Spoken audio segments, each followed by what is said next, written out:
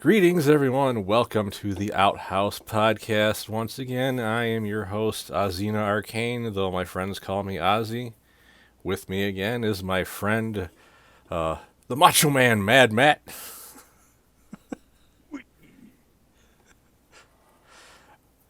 I did not hear much out of you there. I think it might Oh, have cut out.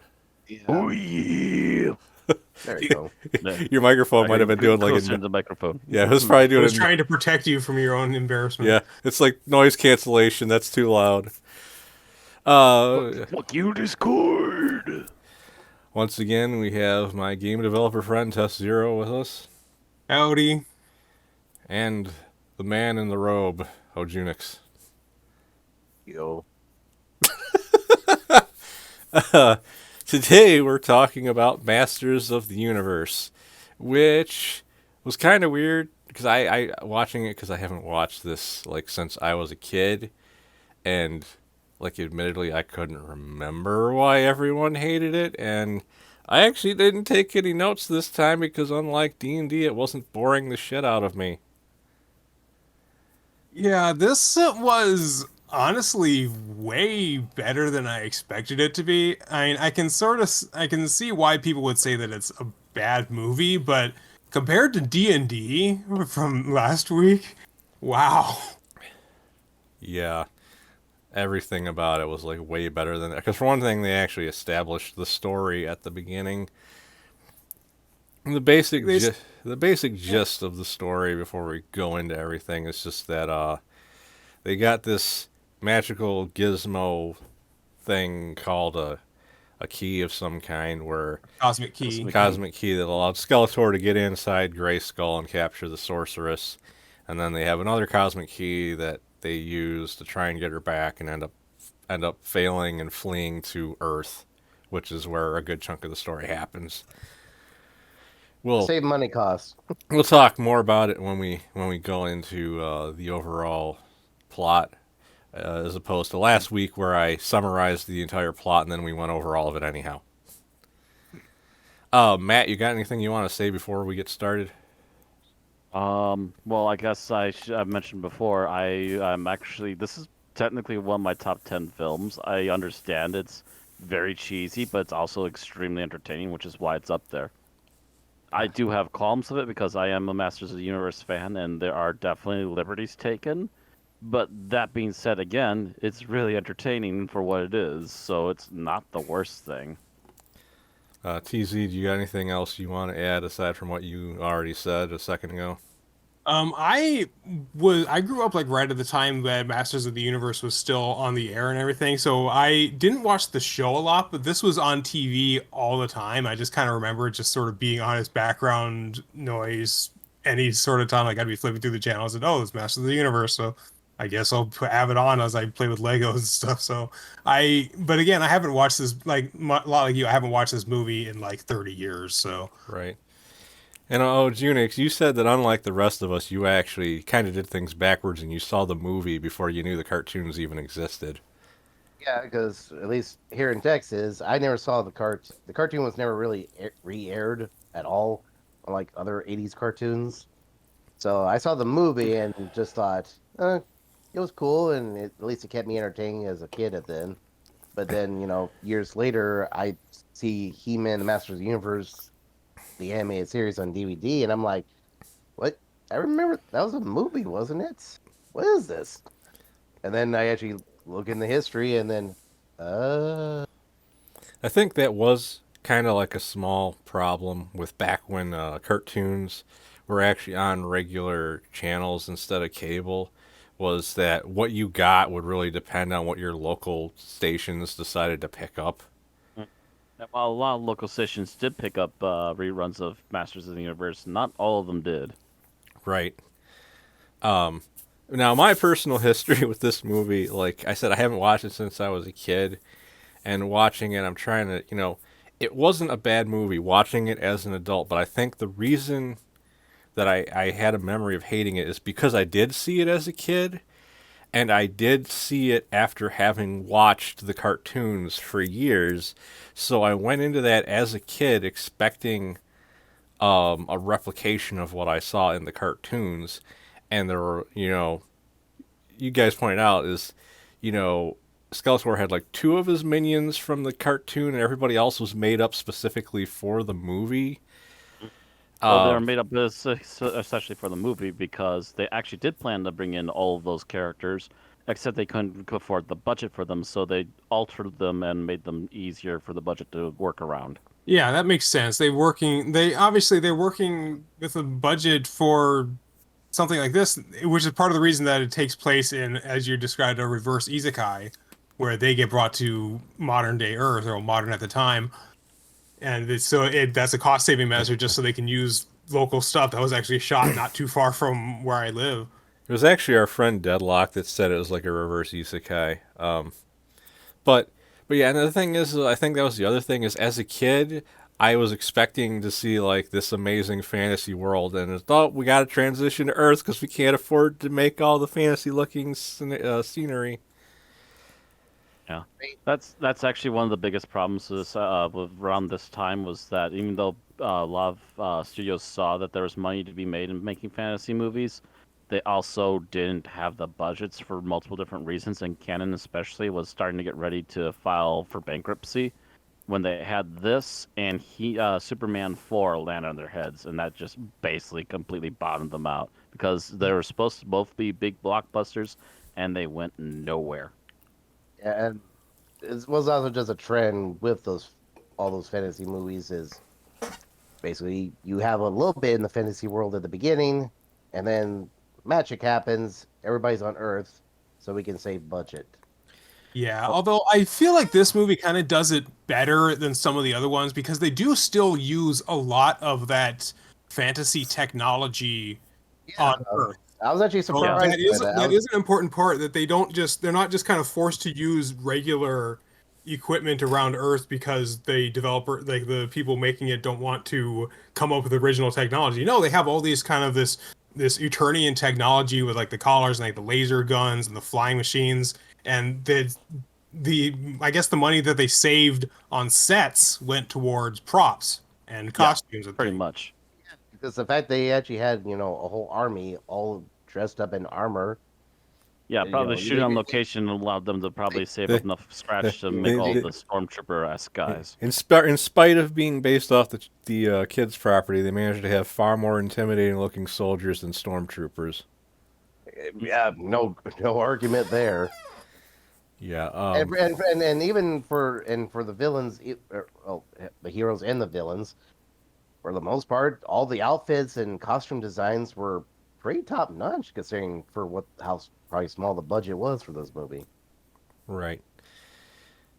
And like we said though, it did a better job of establishing the story than like our previous movie that we watched, D&D, which admittedly admittedly Masters of the Universe actually had something to adapt, whereas Dungeons and Dragons is kind of just a system for fantasy adventures, and if you're not going to base it off any of the specific settings, which is the Dungeons and Dragons movie didn't, you don't actually have anything to adapt. There's nothing you can point the audience to know the information about ahead of time. That's what makes it even more important to establish what's going on in the story Right. beforehand. But then also you got to fit it all into like a 2-hour movie. But and I imagine Or less. I imagine part of the reason this movie did terribly during its original release, and I mentioned this while we were watching it, was that the Transformers movie in the 80s actually lost movie. In fact, it did so poorly that they just didn't air the G.I. Joe movie in theaters. They did it as like a TV thing split into parts. It wasn't really pieced together until later when they actually did a physical release of it. To I be have that fair, movie on VHS. this movie came out in '87, and the toy line for He-Man was already bottoming out in '84. Right. But the other, So this is like but the other 4 years after the wave was already diminishing heavily.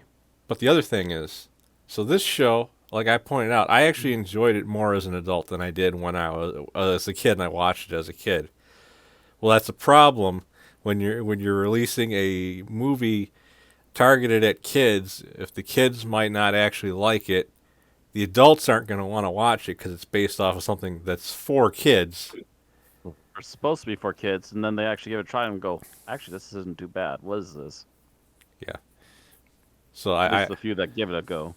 Well, you have to keep in mind we are able to relate to this sort of stuff because of the nostalgia factor of growing up with these characters and these stories and things. So I think it's different for working with adults in 2023 compared to adults in 1987. yeah. Again, you could be surprised. Some of those adults were also big Godzilla fans, so But give it a again, you try, look see what back to the happens. nostalgia of the 1960s with the Mhm. Godzilla and everything. Yeah, I mean, it's hard not to be nostalgic when Skeletor was one of your childhood heroes. Ironic for a villain, but Well, you know I'm a villain fanboy. Of course, yeah. That's always been a thing with me. Which once again, the main villain really had a good time in this movie and hammed it up as best as he could. Oh yeah, Yeah, and obviously they did make him far more intimidating than he was in the cartoon. A, because his lines were more serious and comical, and you know, B, because he doesn't talk like Skeletor talks in the cartoon. He doesn't have that weird nasally and voice. C, they picked a Shakespearean actor who was hamming it up and loving every moment of it. Frank Langella. Yeah, Frank Langella. Like that's probably really the only thing that the two movies we've watched so far have in common is that the guy playing the villain hammed it up. The people playing the villains are the only ones really enjoying their time on set. Yeah. yeah, because they know that it's something that's basically for kids, or at least they know the movie's gonna kind of suck. So they can just kind of go nuts with it. That's the thing is like because usually when actors did something that was aimed for kids, usually they didn't want to put much effort because it's like they're not gonna appreciate my work. But then you have actors who actually do put effort, and they're the ones who end up being remembered, Right. which I appreciate. But yeah, and you know, we might as well talk about the plot because I don't think we have anything specific that we can say that won't really involve talking about what happened in the movie So yeah, we might as well at least cover the plot really quick. because we don't have like a laundry list of things that pissed us off about it like we did with D&D. No, I thought this was a very enjoyable sit. And probably, like you said, did the old going to Earth way better. Way better than most of the ones that did it at the time, yes. Yeah, part of the fact is the idea that this is a movie that's not precluded on the idea that the characters in it are stupid, because they're all doing things that make sense for what they're trying to accomplish. Like the characters, they need to get the cosmic key, so they're asking questions, they're finding out what's going on, they're getting information and figuring out their next move. They're not just waiting around, or they're not just doing things without. They're not just attacking random people and getting arrested because, oh no, it's a goofy misunderstanding because they're from a different planet. It's like, no, they know they're from another planet. They're in a place that they don't understand, so they're doing research and figuring out what they need to do for their next move. They're actually being intelligent about this stuff, which I really appreciated. Yeah, Mo? actually Oh. I'm glad you brought that up because you're right. And a lot of the other times, they just act like it's all silly and fun games. Big misunderstanding. And then Here, they were being intelligent because they kept themselves hidden for most of the movie. and I'll admit that's not even just a problem in old kids movies. That's a problem not even just in movies. That's a problem in some more modern video games where just a character is suddenly stupid because they need to be because they didn't know how to make the plot move forward without them doing something stupid. Yeah. That to me is always terrible writing. Like like just this isn't a movie example, but like looking at the Telltale Walking Dead games with the game for Michonne, there was a point in that where a character did something really stupid, and I saw it coming because it was a scenario where what was going to happen was just so incredibly predictable. Because, okay, so you get to this family's house, And this dad's managed to keep his entire family alive during the whole zombie apocalypse up to this point because he's smart. They make a point of this guy's smart. He knows how to survive. But at this point, he knows bad people were chasing you and his daughter. And when he picks this zombie hand up off the ground, instead of throwing it over his fortified fence, he opens the door, throws it out the door, and then proceeds to stand there talking to you. So I'm just sitting there thinking, close the gate, close the gate. You're going to die. And then he gets a bullet in his head, which was horribly predictable. It just was a character who's supposed to be smart, suddenly being stupid for no reason. Yeah. And you'll see stuff like that so often in games and movies. Like, I recently marathoned all the Friday the 13th movies. Oh. There's so many times somebody dies just because they're stupid. I'm sure you know that, Matt. You're a big fan of those movies. Oh yeah, I'll champion a couple of those movies, but there are definitely other movies where I'm like, you freaking deserve this. You're asking for it. Get it. Yeah, that's an exhausting thing to see when you look at these movies that the characters are doing stupid things, which, okay, do you want to move? You always have the arguments like, well, do you want the plot to move forward or not? And you're always asking the question, well, are the characters stupid because they're written to be that way, or are the characters stupid because the writers are stupid? They don't know how to write these characters. Like, it's okay if a character makes a dumb mistake because they don't have the information they need. Yeah. But there's often times where the character clearly of, should like, know better, and they don't. In the case of like Jason X, it's very obvious that the writers wrote a lot of those characters just to be stupid to get them Oh, off. absolutely. They just wanted their meat train to get her, because that was the entire point of Jason X, was to get to see Uber Jason. Yeah. They just wanted to have a bunch of massacres, some decent makeup effects on Jason, and re-up his makeup effects to make Uber Jason, and then have essentially him and the guy in the super robot suit have a quick fight before the entire space station blows, and then apparently drop Jason in New Crystal Lake on a new planet. Oh, God.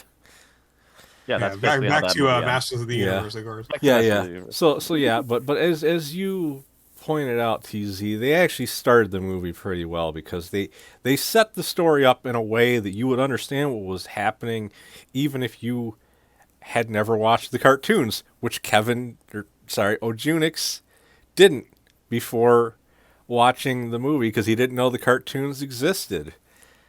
Because they started Actually, out. that's a good point. Actually, good, because now that I think of it, do you realize that they literally in like about roughly a minute did the exact same opening bit that Lord of the Rings did? They basically highlighted all of the history that you need to know offhand. That there's a big castle in the middle of this planet, and that the forces of good or evil are constantly fighting over it. And because within this castle lies the secrets for the universe and all powerful beings, and if they can conquer all their enemies and take the castle, they would become, and I quote, masters of the universe, as the title sequence comes up. Yep. And then you find out that Skeletor has won. And You find out just after the credits that the Skeletor is apparently won, and he's seeking to finally open the last barriers to learning these secrets. Yes. right. Which apparently he needed He-Man's sword for, though I didn't really understand that until like late in the movie. I mean, it makes sense because that is continuity. He-Man's sword, aka the Power Sword, is a key in two ways. One is a key to Castle Grayskull itself, and it's also a key to the powers of Castle Grayskull. You have the sword, you have the power.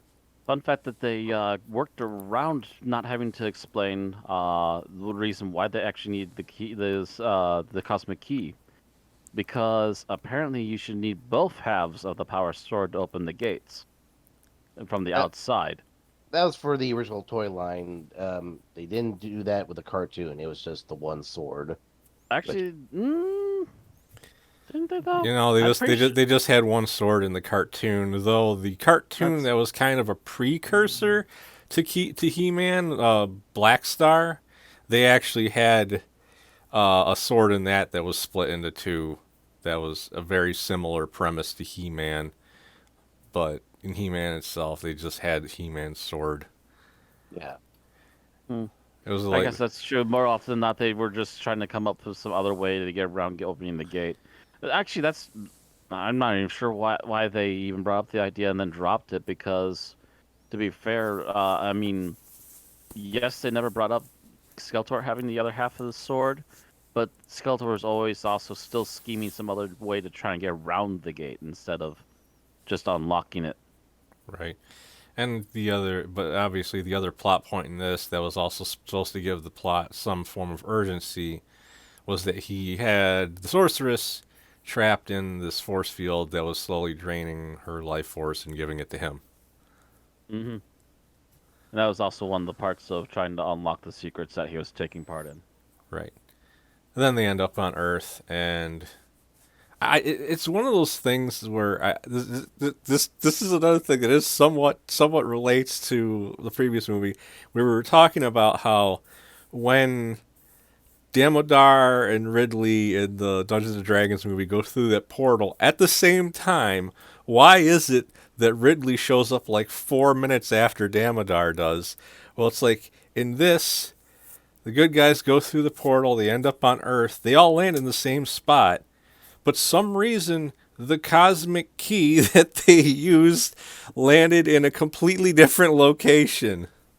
I'm going to forgive that one because we saw, um, they left it at first, but then shot a grappling hook through the portal after they went through it to grab it and pull it in. Yeah, but So I'm willing I'm they willing to accept that the grappling hook just lost grip on it and it just got thrown out in a different it's direction. but yeah, so that's when Courtney Cox and her boyfriend finds it. I just thought it was funny that her friend was named Monica.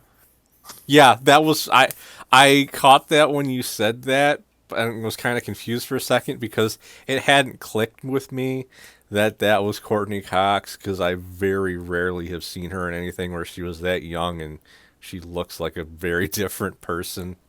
Agreed. There's some Um, people that when you see them at different ages, you go, "Oh yeah, that's the same person." For me, she's not one of those ones.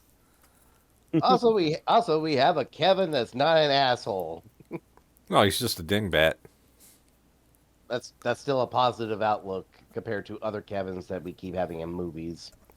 I Yeah, wouldn't even True. necessarily say he's a dingbat. He is being mostly pragmatic about these sort of things. Like I said, when they're kind of people that aren't stupid. He thinks this thing is a synthesizer because it's the 1980s. I, Everything's a synthesizer. But also, he's involved in music. When you're involved in something, you always see something from your point of view. He works with keyboards, so he thinks this is some sort of a Japanese or Russian synthesizer. And you press it and it plays music. What else is it going to be, right? yeah, which So he we takes it to his friend who works at a music store to see if he yeah, recognizes what it is. So he's actually being intelligent about this sort of things. Like, I don't know what this is. I'll take it to my friend. Maybe he'll know. yeah. So he doesn't realize that this is some alien technology and they're going to be coming after him. But and of course, once that does finally happen, he's like, "Oh shit! I need to get the hell out of here." So Yeah, that was an Hmm. interesting thing where the cosmic key makes sounds that Earthlings recognize as music. Well, as Kind of, Kingslor puts it, um, it's like musics are the keys of the galaxy or something like that. music is the creation of the universe or something. The world is Yeah. created with music. but it would have been funny if like somebody had just had like a throwaway line where it's like it's a really complicated Simon Says. Because that's what the noises reminded me of. It reminded me of the sounds that like the Simon Says thing would make when you're. I Uh, love tea I and cake can't for remember tea if that and was cake time. around yet by that point. I I think know Simon Says didn't come out much longer after that, but I can't remember if they were out already or not. you're gonna make me Google search it in the middle of the podcast. I got because I'll do it. now I gotta know it was. When did Simon come out?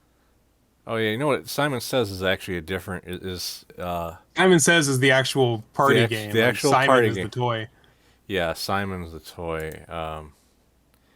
What was the toy? What was the toy just called Simon? Yeah. What Simon Says.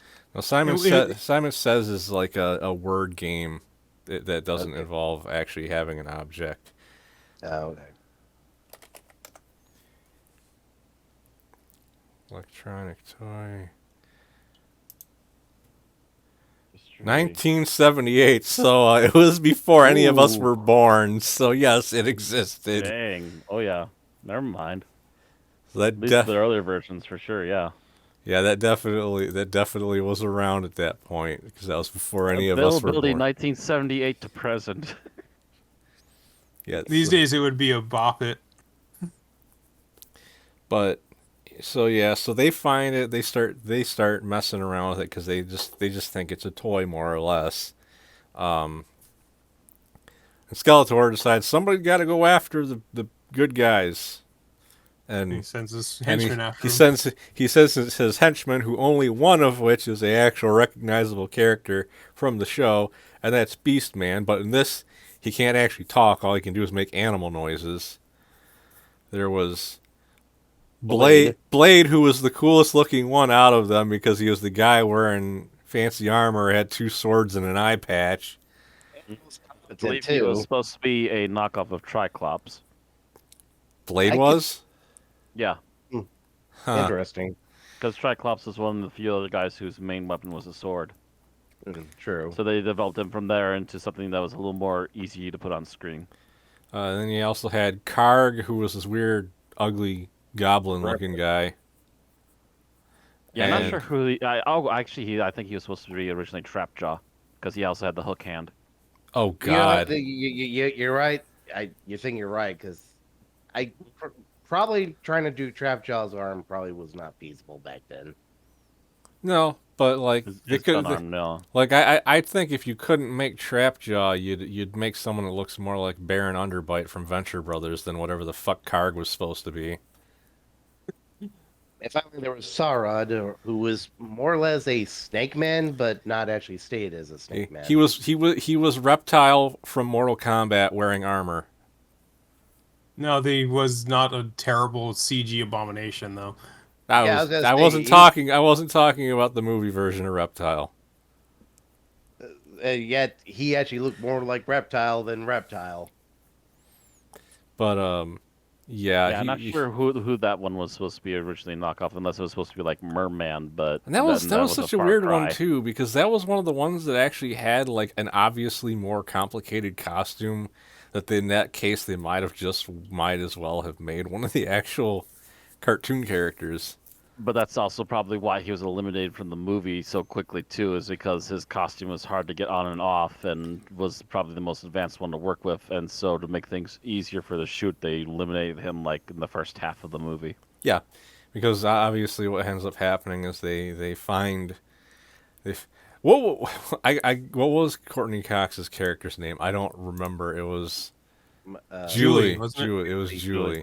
So they find Julie at this party because they trace the Keys signal there, and it's not actually there anymore. But she's the only person there, so they start chasing after her, and then she runs into He-Man while fleeing from them after they literally burnt down her high school, basically. Pretty much. He-Man and eventually Man-at-Arms and Tila basically chase them off, and they go running back to Skeletor, and as Matt says, Skeletor then kills Sauron because apparently suddenly his punishment for failure is death. I mean, it probably was to help stabilize the Skeletor doesn't fool around. He's not a joke. Right. But it's Yeah, like the Skeletor, especially at this point, is no laughing matter. but the when thing that that was happened. the thing that was really really odd about that to me was Blade is the guy that's like, give me one more chance, and he's like, you don't get another chance, and then he kills Sarod. You're like, that wasn't the guy Did you you were miss? yelling at. That was it's like, did you mean to do that, or was your aim? Yeah, like TC said, was your aim off? You hit the wrong guy. That Like- or Blade was just really good at dodging. Like that literally was running through my mind while we were watching that scene. I was like, but that's not who you were angry at. The sad part is all the whole bunch. I wish it was Crag that had got Yeah, killed. because he was the least appealing looking character out of the villain cast. I guess he got to live because aside from Blade, he's the only one that actually fucking talked. Probably. Well, that doesn't excuse Beastman, but Beastman more or less acted almost like his pet to a somewhat degree. And Beastman is like a legacy character, so they probably didn't want to kill him Less off likely to get rid of him. Yeah. since he's one of the few that they actually put in the movie. Right. So then, I also, uh, I also, go go ahead, ahead. go ahead, go ahead. I also noticed just one little bit was the fact that Beastman, when he got that chloride spilled on him by Julie, that injury stayed with him throughout the whole movie, all the way to the end, because you see the blood spill over the side of his face. Right. Although I thought that was from something that happened when he was fighting He-Man. I'm pretty sure that was actually from that cut from when he was fighting He-Man, but they did do some damage there. Yeah, there's still continuity in the sense that they have injuries on them in the later battles that they've already been dealt with. Right, right. And the thing is, there are a lot of movies that wouldn't do that. There are a lot of movies that wouldn't bother because the scenes obviously aren't shot all back to back. So there's a lot of movies where it's like we're not going to replicate the injury from the previous scene because it's too much work. They did. They actually went through the trouble of doing it. But then Evil Lynn tries to stick up for the henchman, so he's like, okay, you can go with them. She's like, that wasn't what I meant. And she's like, well, he's like, well, you shouldn't have said anything then. We still have a little bit of Skeletor snark here, thankfully.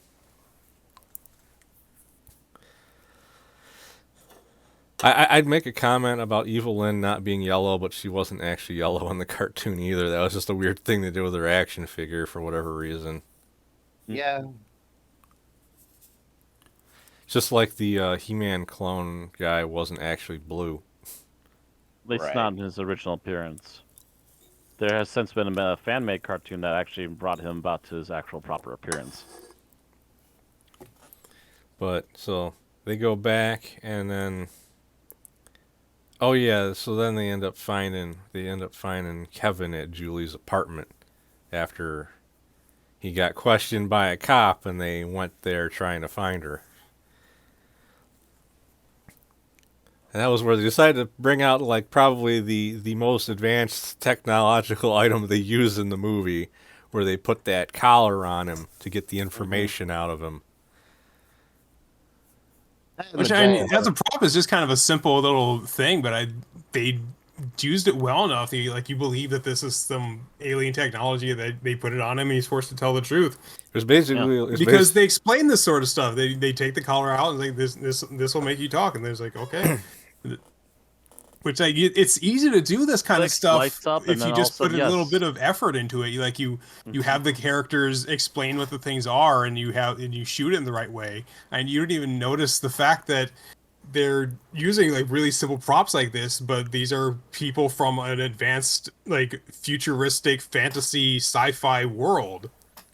right, and it essentially works like truth serum in a collar Yeah.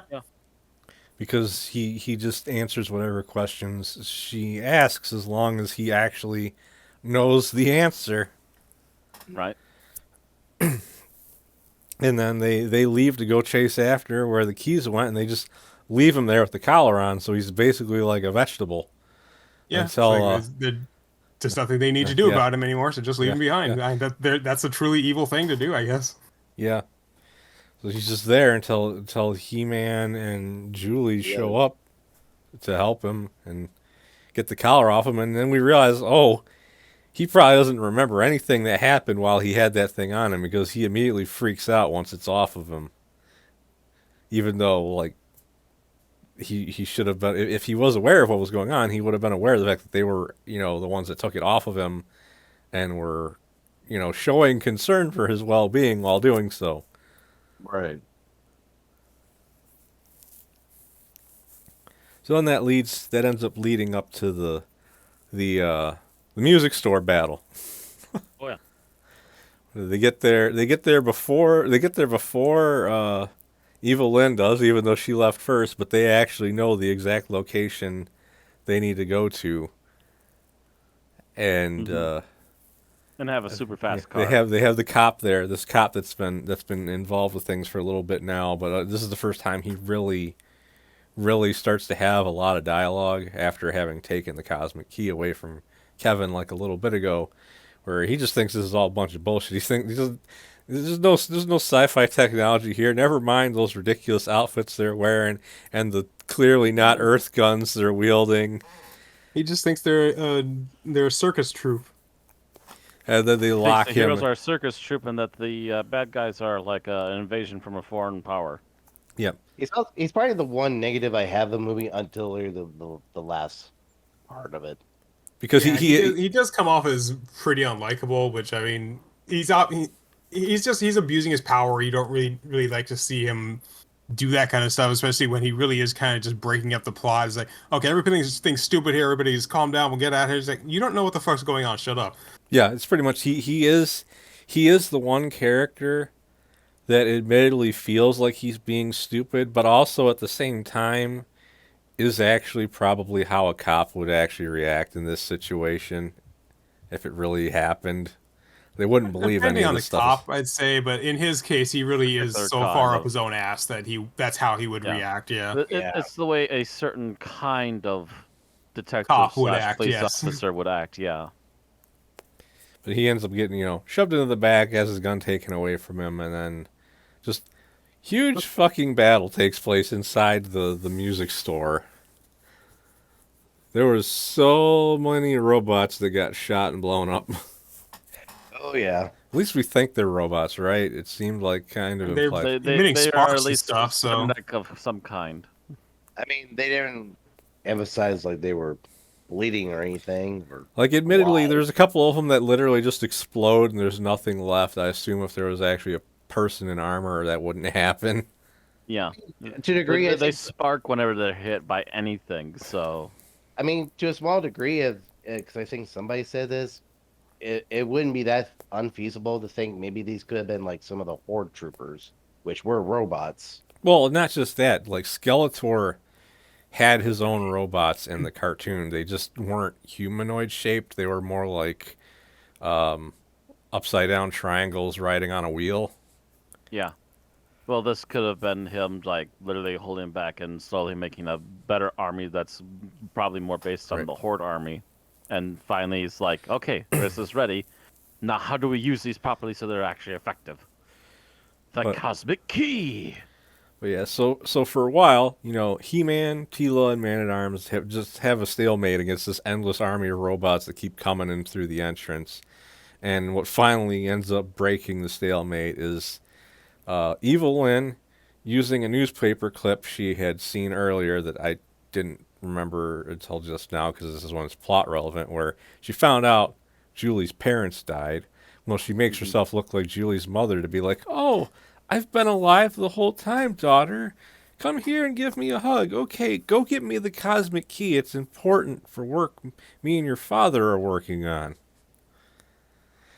Which I think, which I mean, that's one of the things that you kind of have to notice because they don't really explain that so much. I mean, they do kind of show it briefly in the scene where they're like investigate her house or everything, where you kind of that's how she learned about this sort of thing. But the audience really has to be paying attention because they don't really mention much about that. They probably maybe they do earlier and I missed it, but they don't really go into much detail that the fact that she is really still grieving over the loss of her parents so recently, because it is kind of a thing that's sort of glossed over in favor of kind of focusing more on the plot, which I guess is good. But this is such an important plot point. It feels like they could have hit on this a bit more. right, because I think it ended up, what we end up finding out later near the end is that it actually happened only a couple days before the movie, basically. Before the start of the plot of the movie. I mean, the whole thing with Julie is her plot is she's basically wanting to leave town because There's nothing else left for her there. Yeah. I mean, she's basically leaving her job, school, her boyfriend because she just can't stand being there because her parents Everything died. reminds her of her parents, yeah. Yeah, the thing is I've known people that went through that. I had a friend who lived in this city, and his stepdad died in a rather disturbing way that I'm not going to go into detail about. Like it's not on the podcast, and he, my friend, found his stepdad dead in like their backyard, and Mm. like a few months after that happened, they just moved without telling anyone. I like he contacted me online after the fact, but it's like I don't know, maybe they were worried people would try to talk them out of it if they told people they were moving. I don't know, but they couldn't stand living there anymore because it reminded them of him too much. Yeah. Yeah, and it's absolutely an understandable situation. That's the thing about writing movies like this is that motivations are important. Characters have to be doing something that's that feels like that it would happen for that character. So having her succumb to like you thought there was mind control going on, or the fact that the like Evil Lynn is able to take her so easily, because this is something that Julie really wanted to happen. So I don't think she really was under mind control. She was probably surprised but this is a an alien creature that can shapeshift. She's not expecting that sort of thing to happen. This is not a sort of thing that she should be prepared for, to just randomly see her mom out there saying, "We had to disappear and we need that key." And of course, it coincides with the fact that several days after this happened, these monsters appear and they want the key. So it's a little too coincidental to not be true, you know? Right. And then Supposedly, maybe, yeah. when Evelyn gets the key from her, she does the typical villain thing and turns to her true form right in front of her, which causes her to immediately basically start having a freak panic out. attack. Yeah, she's basically having Yeah. a panic attack, yelling no repeatedly. Yeah. And Evil Lynn's just like, thanks, bye. Thanks, bye. Oh, here's the other two mercenaries that I brought with me. Go shoot her up. Ah. But that ends the stalemate because then all the other they don't care about fighting He-Man anymore. Everybody just starts to leave. Yeah, the front force starts to leave. The rest of them take cover, and the bad guys run off with the key. But then I have to admit to Skeletor that yes, they got the key, but He-Man's still alive, which still pisses him off. Right. But then this is also the point where the cop finally got a hold of a gun. He runs outside and yells at like the soldiers, "Hey, you guys, stop!" And then they turn around and he immediately realizes he done fucked up, and he jumps behind a car while they blast the shit out of it. Lasers win. It done fucked up now. Lasers win, especially when you're using a shotgun and you're not anywhere near them. Yeah, as he picks himself up after the explosion, just goes, "Holy shit!" And like, yes, I understand that unlike fantasy mechanics, shotguns actually can be used at a range, but they're not as accurate as guys that have rifles. Especially robots with laser rifles. But then this all leads up to Skeletor basically just teleporting in, right? I can't remember if anything else. That's really- basically when Skeletor comes in. They have the flying guys that try to scope out where the Eternians are.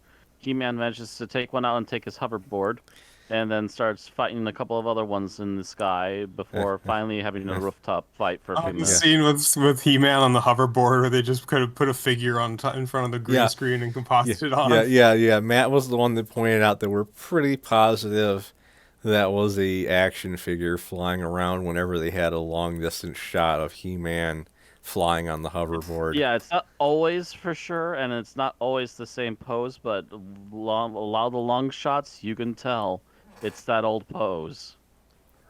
Right. Which- I think Because at it's- best they and maybe it- added a few extra joints so you could kind of squat down and duck under things once in a blue moon, but that was about it. And he was Yeah, but very it's stiff. an effect that's and- really it works well. It's effective because it is moving so quickly, and this would have been a lot harder to see on a non HD screen. Yeah, it would have been a lot easier to miss when not on the HD screen, and maybe even in theaters back then it might have still worked too, depending on where you saw it. But nowadays, yeah, you can kind of see it. And if nothing else, it's at least amusing to see that and go, "Oh, isn't that sweet of them? They brought the toys in." Yeah, even though it was definitely an action figure that didn't actually exist because it looked like the movie version of him. Yeah, it was obviously altered to not only look like the movie hero character, but also, again, like I said, I saw the toy actually move its legs at one point to duck, so they apparently added some extra joints to it too. And that does lead up to the rooftop scene where, like, there's not much. Like, I feel like we should have more to say about these plot moments, but the thing is, they're mostly action, and there's not a lot we can really say about that. The action is decently done. The It's action is well done. flashy. It's Yeah, you the can actually see camera's what's not. going on. The scenes don't last less than half a second, and there's not constant And, editing. You can actually see who's shooting at who. and You I, see who's shooting at who, who's jumping at who, etc. It's not shaky cam, and it's pulled back enough you can see what they're actually trying to do. and unlike Dungeons and Dragons, there's nothing really weird happening that draws your attention to that doesn't make sense. It also helps that literally anytime the villains or heroes are around each other, they're actually fighting instead of just wandering about.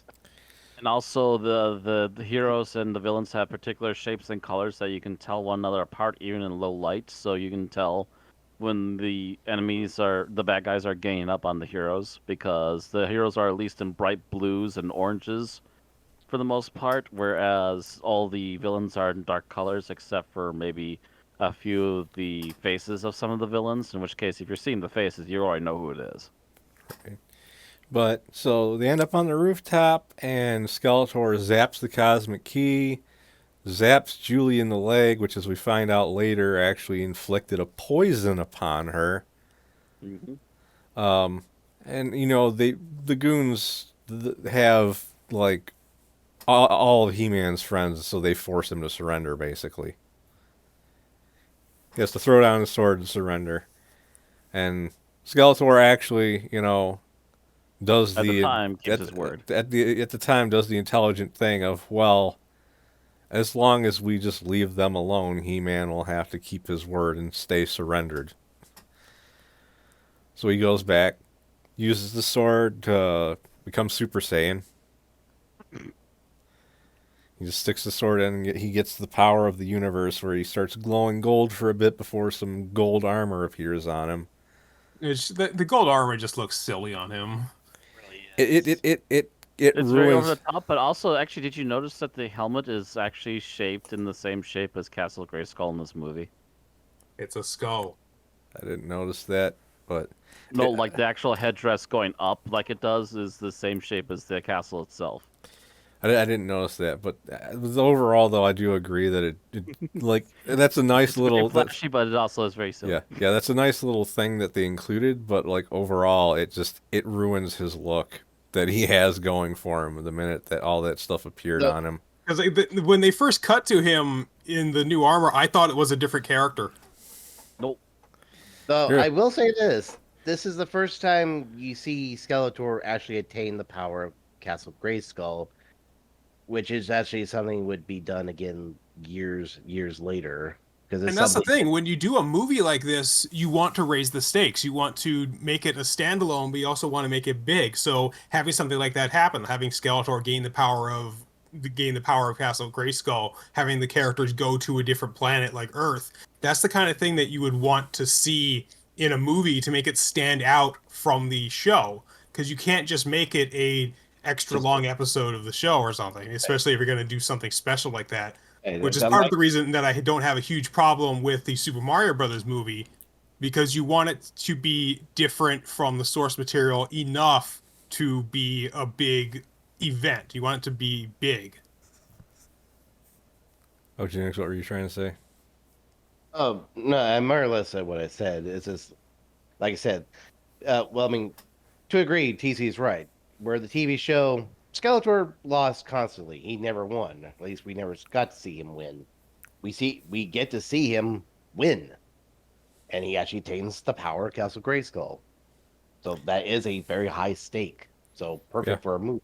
even the Transformers movie kind of does that to an extent. It's like, Optimus Prime dies in like the first First quarter. first quarter of the movie.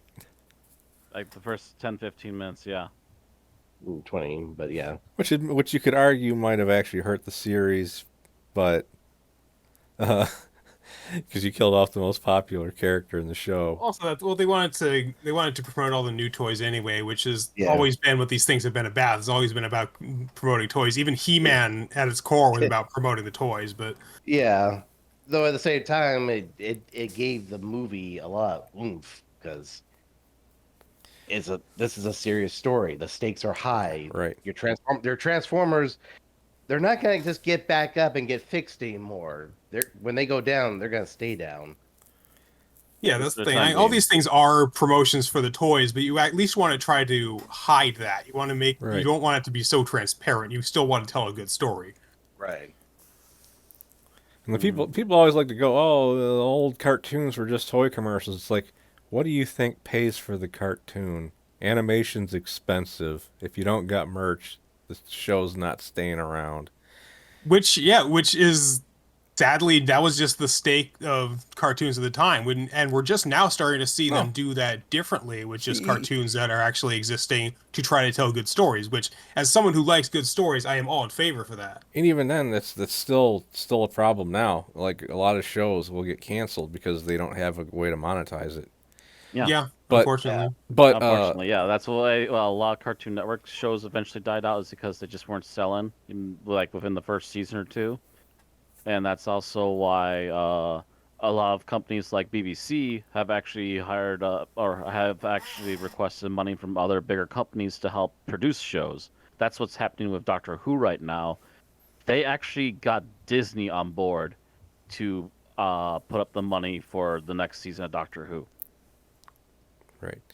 But back to the actual plot of the movie. Back to the movie. So after Sponsored by Skeletor, Pepsi. after Skeletor goes through his fancy transformation, we go back to the people on Earth that are trying to figure out how to get there, and the answer to getting the key working again is basically music. The whole thing Yeah. has been music, but Kevin particularly managed to remember the exact musical sequence needed to go Melody back to to it, yep. eternity, because he pointed out that after he hears a tune like a few times, he memorizes it, which that's a good skill to have. But just as they're about to go, the cop guy shows up to start yelling at them, "You're under arrest!" And then he ends up getting transported with them. And the thing I found funniest about this is it didn't just teleport them; it teleported the entire scenery that was in maybe a 20-foot square. So Yeah, like, they teleported parts of a car, part of a payphone, part of the wall. yeah, the Part of the wall and the the entire wall to the fountain. building behind them came with them. Mm-hmm. Which also worked as cover for the fight they're about to be in. They're Yep. basically surrounded, so it at least gave them an edge. Because if they were just teleported right there with nothing, they easily would have all got shot down very quickly. Yeah, there's a lot of cleverness to this movie that I feel like a lot of people don't give it credit for. They kind of write it off as like, oh, it's that stupid Masters of the Universe movie from 1980. It's like, it's more clever than a lot of people realize, I think. Right. And I did find it funny that at this point the cop, what was his name, Ludic? Ludic? Ludic? Ludic, yeah. Yeah, Ludic. He still has a couple more lines of what the hell's going on, where he finally just gets pissed off. He's like, "That's it. I'm sick of this shit." He just gets up and starts shotgunning minions left and right. Yeah, he just like- literally goes. I believe his exact quote is, "Nobody takes pot shots at me," and literally pops up out of one of the pieces of debris and starts shooting all the nearby guys that are coming up behind them. I wonder if they debated whether to have him killed in this scene or not. It's Probably possible. did debate. I'm sure they debated whether or not he was going to be in this scene. Probably. That was probably a debate. And Because- they're like, you know what? He's here. The actor wants to still be part of things, and he's not getting paid a whole heck of a lot anyways. Heck with it. He's there too. Yeah, it's like he's a character that's unlikable for most of the movie, and they're like, we're gonna give him his heroic moment now, where he actually does something. We gave the movie viewers a reason why they put up with this ludicrous character for so long. He finally proves himself useful in the heat of battle against Skeletor's minions when he's literally surrounded. Right. And obviously, He-Man gets pissed off that Skeletor's trying to kill them now after swearing he wasn't going to. So he breaks free. And Skeletor, once again, I think Skeletor really does just have bad aim in this. I don't think he meant to shoot Saurod earlier, because he shoots like 3 of his minions trying to shoot He-Man here. Yeah. Admittedly, He-Man very purposely puts them up as shields, though, too. So Skeletor's very slow on the draw. Yeah, he's so slow on the draw that He-Man eventually manages to just walk up to the throne and pull his sword free. Of course, say his famous catchphrase. And Of then, course, he has the power. that's when Skeletor decides, I'm going to stop shooting lightning at you now. I'm going to actually hit you with my staff. I'm gonna hit you with my magic staff because I'm so sick and tired of you. I'm literally gonna obliterate your face out of my memory for the rest of my life. It's like maybe if you had actually done that before he pulled the sword out, you might have actually stopped him from pulling the sword out. And then he gets his staff destroyed. Yeah, his staff So- destroyed. He turns back to normal, and He-Man's like, "It's over, Skeletor." And, I have the high ground. and Skeletor tries to pretend he's Optimus Prime and have the moment where he's like never and goes for a final hit, but He-Man just knocks him off the cliff. And then has a very long, drawn out Yeah. falling to his doom. Then he does the Chancellor or the Emperor Palpatine falling into a pit in the middle of a big sci-fi set. And the day is saved once again thanks to the Powerpuff Girls. Wrong franchise. Close enough. But of course the heroes say goodbyes to their new human companions, except for Lubeck, who stays because apparently he now has a girlfriend. Yeah, he was a mighty hero in their time of need, so he gets a reward and just stays on Eternia. I think TZ pointed out, well, it's like, well, if he went back, he'd have a hell of a time explaining what the hell happened. Yeah. He probably would get thrown away, walked away. Well, it's like what I thought was going to happen is I thought he would go back and he'd just have one of those you wouldn't believe me if I told you moments when people ask him what happened, but that wasn't what happened. They're like, no, he's big pimping now. He's sitting there in this fancy outfit with a beautiful woman standing next to him. But then, of course, we have the denouement where they end up back in time several days before this all happened, and is actually back to before her parents took that fatal trip. So, of course, happy ending for them. Yeah, it's a happy ending for them, but it's also one of those things you go, but wait, wouldn't they have to go through Skeletor's minions showing up all over again then? Maybe. But with time travel plots, they just hope you don't think of that. Yeah. And of course, it has a after credit scenes of Skeletor saying he will be back. But unfortunately, And he was not. he's not played by Arnold Schwarzenegger, so that didn't come true. And he was not played by the stagehand pretending to be Raul Julia's hand. So yeah, overall, yeah, this wasn't a bad movie. Like, it's kind of funny because this podcast is intended for us to cover bad movies, but like I remembered this movie being worse than it was. Oh, absolutely. I would honestly say this movie is maybe on par with the first Teenage Mutant Ninja Turtles. I think the thing To a is, degree, I would agree with that. I would agree. I think the thing is, I just have memories of hating it as a kid, so I just never rewatched it. Oh, this is the probably one of the few times the Outhouse is going to be a not so bad movie that we covered. Well, sometimes might- we'll be caught by surprise again, but I was gonna say it might not be the first time, but well, probably. No, the first it time. is the first time. It won't be the last. What you meant is it probably won't be the last time right. that we go in expecting to hate a movie, and then, oh wait, why did everybody hate this again? Right. So let's go around. Matt, you got any final thoughts? Well, for one, my monitor is suddenly giving up the ghost. I don't know why. Oh no. Bad monitor. I'll Is that why turn off my you've been computer. silent for a few? For the last minute or so, yeah. But I'll try to figure this out as we go along. But anyways, at least everything else is working. It's just weird that my monitor is just suddenly dying on me all of a sudden.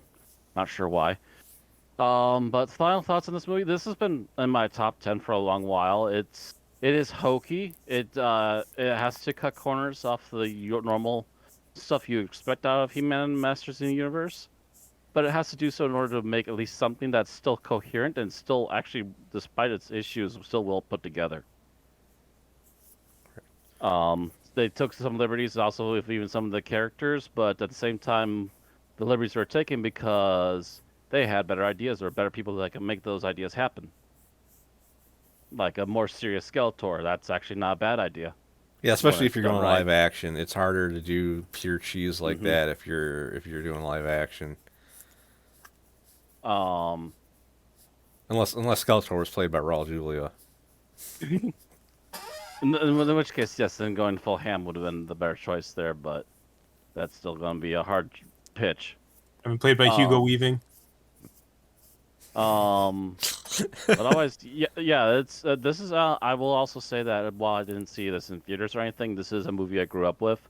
I'm pretty sure by the time I was like 5 or 6, my aunts had this on tape, so I could. On my back in the day when I was much younger, my parents would very frequently take me and my sister over to my two aunts to get watched by them, and they had a library of cassette tapes.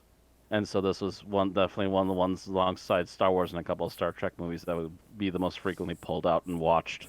I'm gonna assume you meant VHS tapes, not cassette tapes. So Well, they are VHS, yeah. cassettes. Um, TZ, you got any final thoughts? The this does use like the reverse isekai as a budget saving measure, but it really doesn't feel that. The only biggest issue I think in this movie is that the stakes are high, but it's all like modern set pieces, which I can see how that would be disappointing at the time. But seeing it now, this is an absolute nostalgia trip to see all these 1980s brands and buildings and stuff. So that was a lot of fun. And the Not, reverse isekai thing isn't like that out of place either because if I remember correctly, the He-Man and She-Ra Christmas special, the kids in that are from Earth. Yeah, right. they were.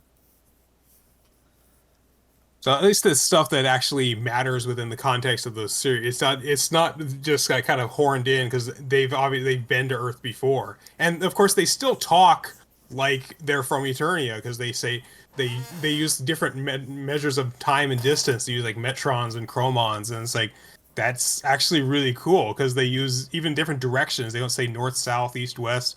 They say poleward or spinward, like relative to the spin of the Earth, which is like that's actually really consistent science right there. Yeah, That's actually really cool. And as a linguist, as a hobbyist linguist, I was a hobbyist linguist. I love that sort of shit. yeah, because if you're suddenly on a different planet where they use different terminology for everything, you wouldn't just instantly switch to talking about like in terms of minutes and hours if that's not how you tracked time. Right. Okay, I Because need you, to figure out what the heck is going on. My monitor just, I was literally putting on the light from my phone. My monitor just came back. wow. Ojunix, you got any final thoughts?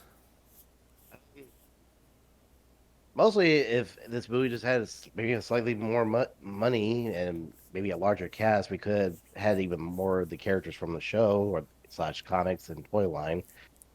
But looking back at it now, for what something I just saw as a kid and thought was just okay, and actually knowing the history of He-Man and all that, it's honestly, frankly, a lot better than I thought. I think it's ever actually given, and now I can actually now understand why there's actually Master of the Universe fans who actually do like this movie because it actually does kind of work well with the mythos, as TZ would put it in a lot of spots.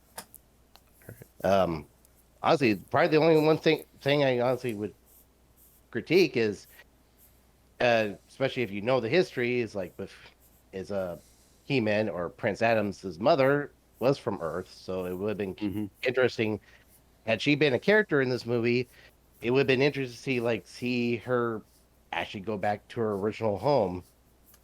Right, That could have been an interesting little side plot, but of course, obviously, that's not something that we got. right. And in spite of how accurate like most of it is, I think to some extent they might not have actually done all the research they needed to, because that like obviously that it wasn't really brought up that they even knew what Earth was. And the one other really weird thing was that He-Man literally never at any point Transform. turns into Prince Adam, even when his sword is taken away from him. Yeah, when Like it's like the in when fact it's that in Prince Adam is a thing isn't even really acknowledged in the movie. not at all. I mean, we don't hear anything about King Randor or any of the other characters from the series, which again, understandable, small budget. So like Still, anyone that watched this that didn't watch the cartoon would just think He-Man is He-Man. He's not a person that turns into He-Man. right, but yeah, like you said, it's like when he lost his sword, he should have turned back to Prince Adam, and that actually probably would have been a pretty cool reveal for the. If anything, that would actually work well with the movie because that would have been another large stake just put on the field. Right, Everybody would know. right, because nobody other than Man at Arms would have known that. Nobody other than Man at Arms and Sorcerers would have known that he was Prince Adam. So Right. that would have been a big stake raised, because it would like he wouldn't be able to pretend that he's just regular Prince Adam anymore after that. Mhm. But of course, then you have to think about they'd have to establish this beforehand within the context of the movie as well. So they Right. would have to have a scene earlier where he's like Prince Adam and like he's pretending and then he has to turn into He-Man to do something. Yeah. I guess they got rid of that because they didn't want to bog it down with a lot of that stuff. Yeah, it's either something that the writers for the movie didn't know about, or they just couldn't figure out a way to actually have the time to include it. But yeah, so that was our thoughts on Masters of the Universe. I will have links to everybody's YouTube channels and social media stuff in the description. And until next time, and probably a worse movie than this, have a good one, everybody. Night. Good night. There was a canceled sequel. Good night.